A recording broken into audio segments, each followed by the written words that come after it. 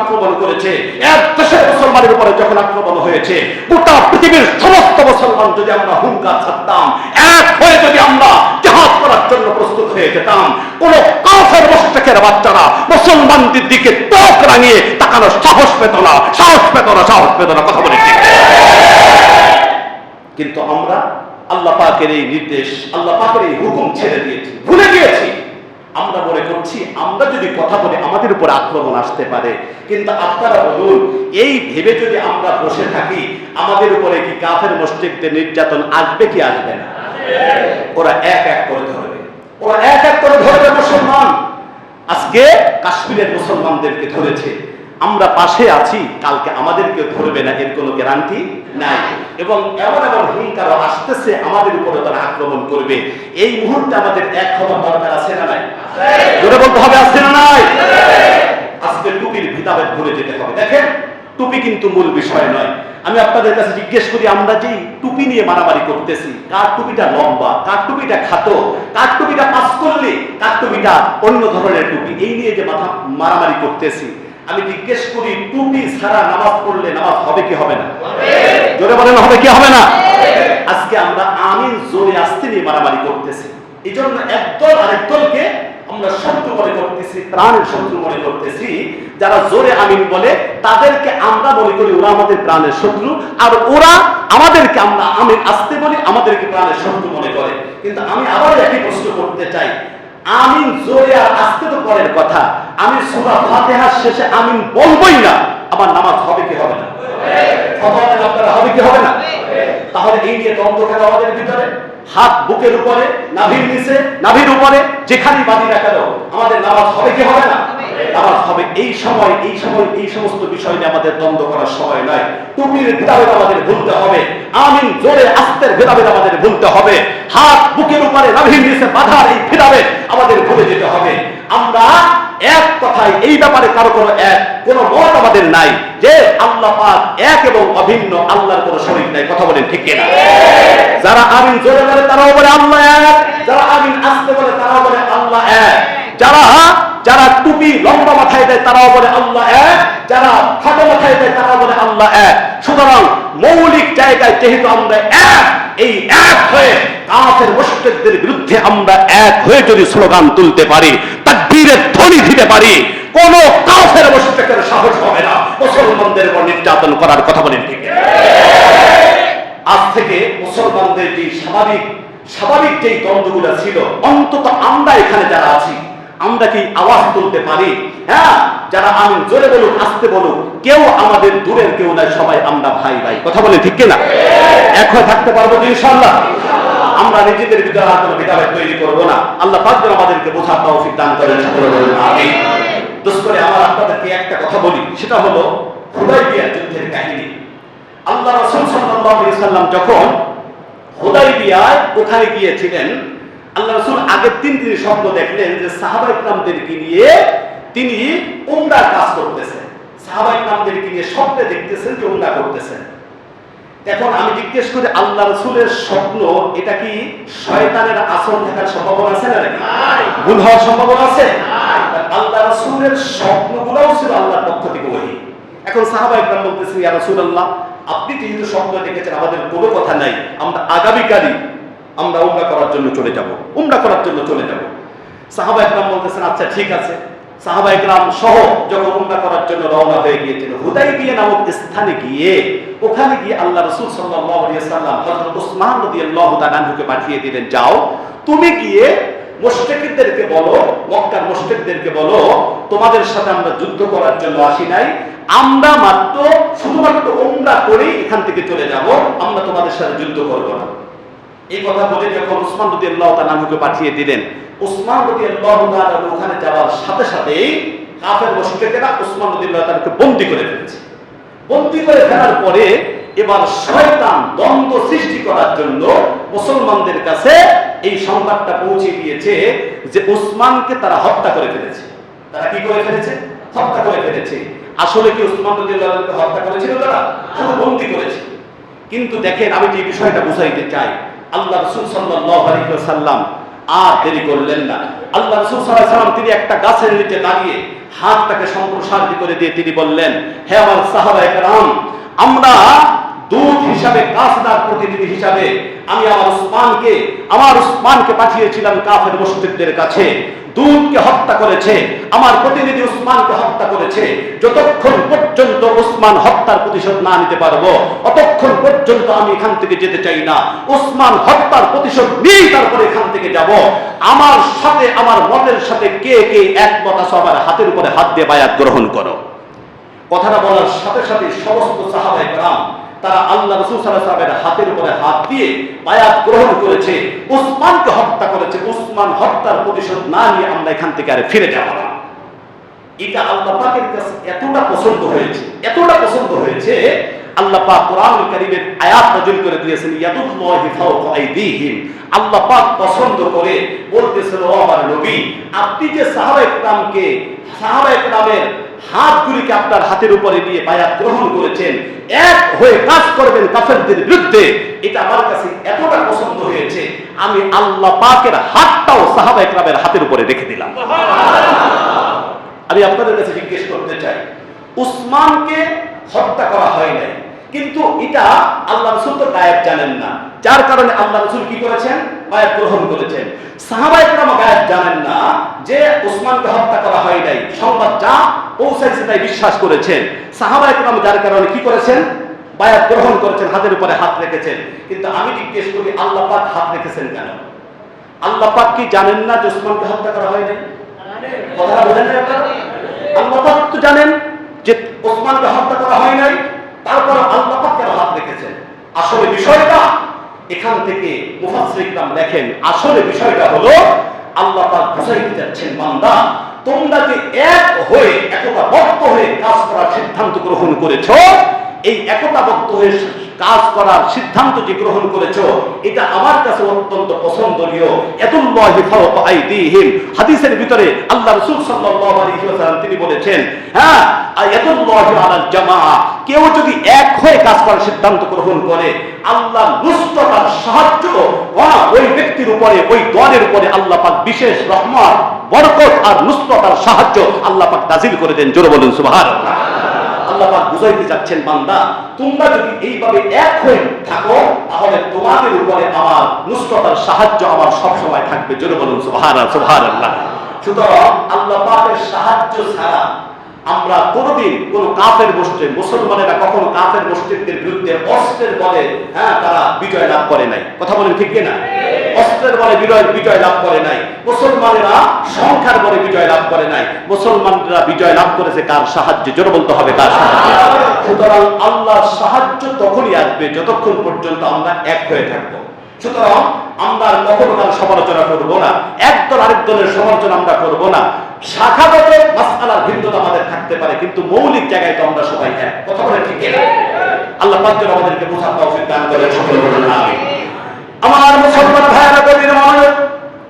সুতরাং যে আয়াতটা আপনাদের সামনে তেলাওয়াত করেছি, এই আয়াতটা হলো সূরাতুন নাহলের 90 নম্বর আয়াত। আল্লাহ রাব্বুল আলামিন এই সূরার নামটা নাহল কেন রাখলেন, মৌমাছির নামে কেন সূরা নাযিল করে দিলেন, এর কারণগুলি আমরা জানলাম। কারণটা হলো এই মৌমাছির ভিতরে এমন তিনটি সিফাত আছে, যে সিফাতটা আমরা যেন ধারণ করতে পারি। এই মৌমাছির ভিতরে যে সিফাতগুলি আছে, এটা যদি আমরা ধারণ করতে পারি, তাহলে ব্যক্তি জীবনেও শান্তি আসবে, পারিবারিক জীবনেও শান্তি আসবে, রাজনৈতিক জীবনেও, অর্থনৈতিক জীবনে, সব জায়গায় আল্লাহর পক্ষ থেকে সাহায্য আসবে। কথা বলেন ঠিক কিনা? সুতরাং এই আয়াতটা এতটা গুরুত্বপূর্ণ, কোরআনুল কারীমের ভিতরে এমন কিছু আয়াত আছে, যে আয়াতটাকে বলা হয় জাওয়ামিউল কালিম। জাওয়ামিউল কালিম বলা হয়। কিছু কিছু আয়াত এমন আছে, কোরআনুল কারীমের অন্য কোন সূরা আর আয়াত যদি নাযিল না হতো, শুধুমাত্র এই একটা আয়াত নাযিল হতো, এর উপরে যদি আমল করত, তাহলে গোটা পৃথিবীর সমস্ত মুসলমানেরা তারা নাজাত পেয়ে যেত। সুবহানাল্লাহ বলেন। এই রকমের আয়াতগুলির ভিতরে অন্যতম একটা আয়াত হলো এই আয়াতটা। এই আয়াতটা এত গুরুত্বপূর্ণ একটা আয়াত, এই আয়াতটা এত গুরুত্বপূর্ণ একটা আয়াত যে ইমাম শাফি রাহমাতুল্লাহি আলাইহি তিনি বলেন যে অন্য কোন আয়াত আর সূরা যদি নাযিল না হতো, এই একটা আয়াত নাযিল হয়ে যদি ক্ষান্ত হয়ে যেত, আর এটার উপরে যদি গোটা পৃথিবীর মুসলমানরা যদি আমল করত, তাহলে গোটা পৃথিবীর সমস্ত মুসলমানেরা জাহান্নাম থেকে মুক্তি পেয়ে আল্লাহর জান্নাতি হয়ে যেত। সুবহানাল্লাহ বলেন।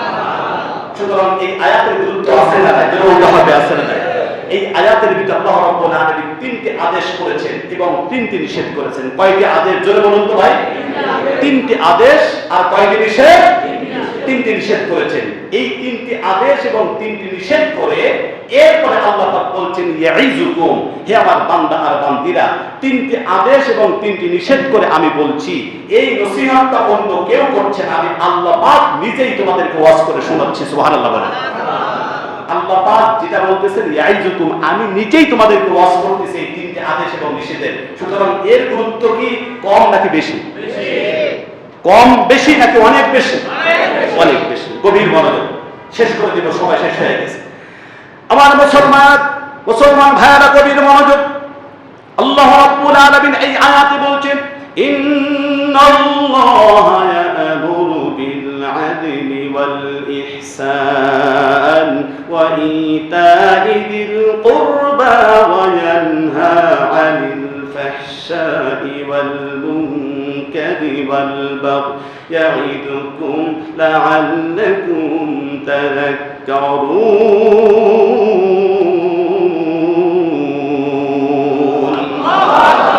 আল্লাহ রাব্বুল আলামিন বলেন, নিশ্চয় আল্লাহ রাব্বুল আলামিন তিনি তোমাদেরকে আদেশ করেছেন বিল আদলি, তোমরা যেন ইনসাফ প্রতিষ্ঠিত করো, ওয়াল ইহসান, তোমরা অন্যের উপকার করবে, ওয়া ইতা'i যিল কুরবা, আত্মীয় স্বজন যারা আছে তাদের হক তোমরা আদায় করবে।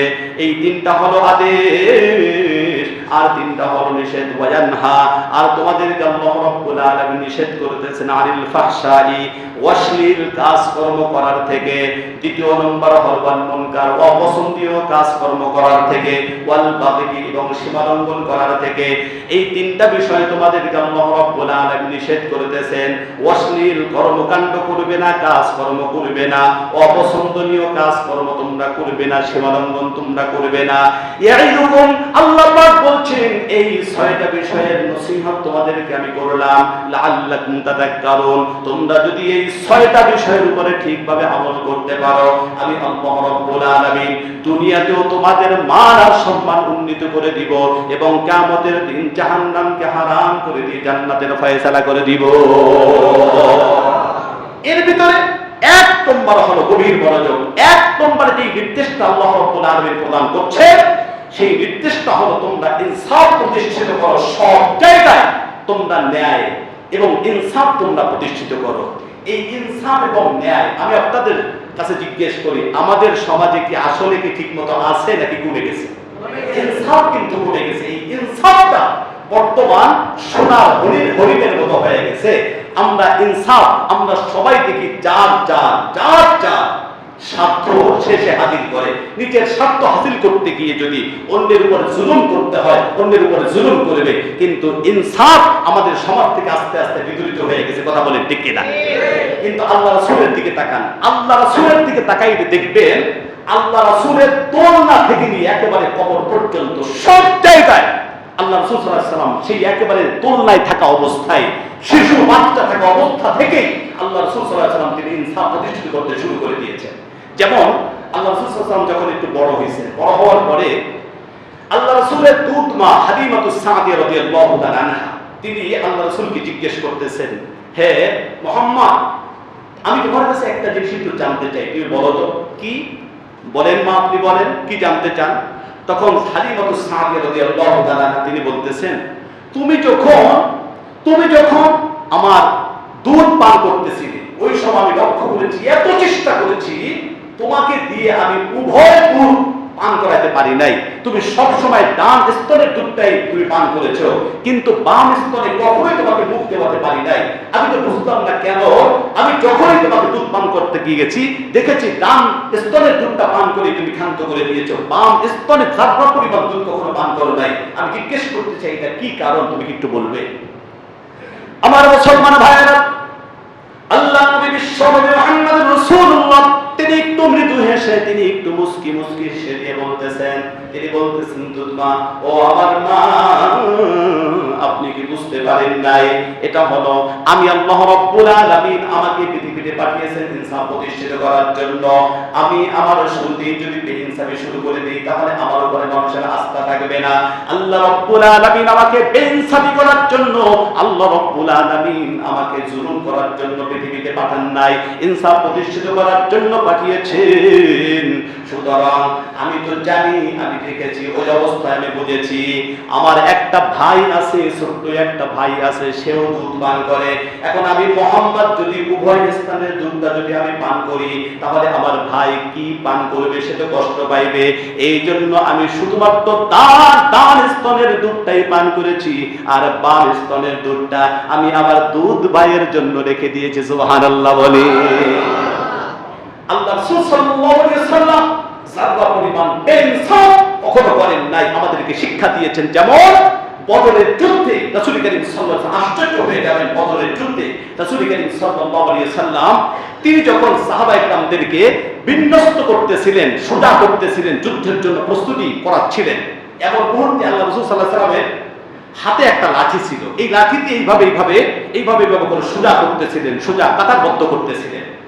কিন্তু যাদের বয়স একটু কম তারা দেখবেন তাদের ভিতরে একটু জোশ বেশি। তো একজন সাহাবী, তার বয়সটা কম, তিনি একটু লাফায় আগের দিকে চলে আসতেছিলেন, কারণ বলতেছেন তার মনের ভিতরে এই জোশ যে আমি তাড়াতাড়ি শহীদ হব, আমি আগে আল্লাহর জান্নাতে চলে যাব। এই জোশে যখন একটু সামনের দিকে আগাইতেছেন, তা আল্লাহ রাসূল সাল্লাল্লাহু আলাইহি ওয়াসাল্লাম বারবার একটু করছে কি, একটু এই লাঠিটা ধরেই তার পেটের উপরে একটু খোঁচা দিয়ে বলতেছে পিছনে যাও, একটু পিছনে যাও। এই রকমের যখন একটু খোঁচা দিচ্ছেন, ওই সময় ওই সাহাবীর এই পেটে তখন কোনো কাপড় ছিল না, একেবারেই এই জায়গাটা খালি ছিল, পেটটা তখন খালি ছিল। তো এমন জায়গায় আল্লাহ রাসূল সাল্লাল্লাহু আলাইহি ওয়াসাল্লাম খোঁচাটা দিয়েছেন আস্তে করে, যেই খোঁচাটা একেবারে তার পেটের উপরে লেগে গিয়েছে, সরাসরি পেটের উপরে লেগে গেছে। এখন সাহাবী তিনি বলতেছেন, ইয়া রাসূলুল্লাহ, আপনি তো আমারে পেটের উপরে খোঁচা দিয়েছেন, আমি তো ব্যথা পেয়ে গিয়েছি। এই কথাটা বলার সাথে সাথে আল্লাহ রাসূল সাল্লাল্লাহু আলাইহি ওয়াসাল্লাম তিনি বলতেছেন, তুমি ব্যথা পেয়ে গিয়েছো? সাথেই সকলের সামনে ওই মুহূর্তে সামনের কাজ বন্ধ করে দিয়ে সাথে এই লাঠিটা ওই সাহাবীর হাতে দিয়ে বলতেছে, হে আমার সাহাবী, এই কথাটা কিয়ামতের দিন আল্লাহ পাকের সামনে তুমি বলো না যে আমি তোমাকে ব্যথা দিয়েছি, আমি তোমার উপর জুলুম করেছি, তোমার পেটের উপর যখন আমি আঘাত করেছি, ঠেলা দিয়েছি, একটু গুতা দিয়েছি, ওই সময় পেটের উপরে কোনো কাপড় ছিল না, আমি মুহাম্মদ রাসূলুল্লাহ আমার পেটের উপর থেকে কাপড়টাকে সরাইয়া দিলাম, এই নাও লাঠি, যেই পরিমাণ কষ্ট তুমি পেয়েছো, যেই পরিমাণ আঘাত তোমাকে দিয়েছি, তুমি এই লাঠিটা ধরে আমি মুহাম্মাদের পেটের উপরে এই পরিমাণ আঘাত দিয়ে দাও। এই বলে যখন আল্লাহ রাসূল সাল্লাল্লাহু আলাইহি ওয়াসাল্লাম তিনি লাঠিটা দিয়েছেন, বন্ধুগণ আমার, লাঠিটা দেওয়ার সাথে সাথে এই সাহাবী লাঠিটা ধরেছে। আল্লাহর নবী বিশ্ব নবী মুহাম্মদুর রাসূলুল্লাহ সাল্লাল্লাহু আলাইহি ওয়াসাল্লাম তিনি যখন পেটের উপর থেকে কাপড়টা সরায়া দিলেন, বন্ধুরে, এই সাহাবী সাথে লাঠিটা ফেলে দিয়ে, চোখের পানি ছেড়ে দিয়ে আল্লাহর নবী বিশ্ব নবী মুহাম্মদুর রাসূলুল্লাহ সাল্লাল্লাহু আলাইহি ওয়াসাল্লাম কি জড়িয়ে ধরেছে। ওই অবস্থায় জড়িয়ে ধরে আল্লাহর নবীকে বলতেছেন, ইয়া রাসূলুল্লাহ, ইয়া হাবিবাল্লাহ, ওগো আল্লাহর নবী, আপনাকে আমি কষ্ট দিতে চাই না, আপনাকে আমি আঘাত করতে চাই না, ইয়া রাসূলুল্লাহ, আমি একটা বাহানা খুঁজলাম, ইয়া রাসূলুল্লাহ, আমি জিহাদ করার জন্য এসেছি, আমি কি শাহাদাত বরণ করব নাকি গাজী হয়ে যাব আমি জানি না, ইয়া রাসূলুল্লাহ, আমি যদি এখন দুনিয়া থেকে চলে যাই, কবরে আমার ব্যাপারে কি ফয়সালা করা হবে জানি না, আমি কি জাহান্নামে যাব নাকি জান্নাতে যাব জানি না। ওগো আল্লাহর নবী, আমি একটা বাহানা অবলম্বন করি, আপনার শরীর থেকে যখন কাপড়টা সরায়া ফেলেছেন, ওগো আল্লাহর নবী, আমার গায়েও কোনো কাপড় নাই, আমার গায়েও উপরের দিকে কোনো কাপড় নাই, আপনার পেটটাও যখন সরায়া দিয়েছেন, ইয়া রাসূলুল্লাহ, দেখুন আপনার পেটের সাথে আমার পেটের সাথে একটু মিলে মিলে গেছে, আপনার চামড়ার সাথে আমার চামড়াটা মিলে গেছে, ইয়া রাসূলুল্লাহ আমি এই বাহানা অবলম্বন করলাম, মরণের আগে, শহীদ হবার আগে আমার শরীরটা যখন আপনার শরীরের সাথে মিলে গিয়েছে, আমার বিশ্বাস এই শরীর আর আল্লাহ জাহান্নামে দিতে পারবে না। দেখেন, চিন্তা করে দেখেছেন আল্লাহ রাসূল যুদ্ধের ময়দানেও তার উপরে জুলুম হয়েছে কিনা আপনি লক্ষ্য করেছেন? আরেকটা বিষয় হলো সাহাবায়ে কেরাম কেমন ছিলেন, যারা জিহাদের ময়দানে গিয়েও তারা কবরের চিন্তা করতেন, হাসরের চিন্তা করতেন। কথা বলেন ঠিক কিনা? সুতরাং ইনসাফ প্রতিষ্ঠিত আমাদের করতে হবে। বা মুসলমান ভাইরা, এই ইনসাফটার প্রকার রয়েছে। যেহেতু সময় শেষ হয়ে গেছে, গুরুত্বপূর্ণ যে কথাগুলি আমরা আলোচনাই করতে পারলাম না, আল্লাহ পাক যদি তৌফিক দান করেন তাহলে আগামী সপ্তাহে এই বিষয়গুলি নিয়ে আলোচনা হবে। আজকে যে বিষয়গুলি যতটুকু শুনলাম, যে সিফাতগুলির কথা আমরা শুনলাম, আল্লাহ পাক যেন এই সিফাতগুলি আমাদের সকলের ভিতরে 100-100 ধারণ করা তৌফিক দান করেন। সকলে বলুন আমিন। মসজিদের কালেকশনের জন্য দেওয়া হচ্ছে প্রত্যেক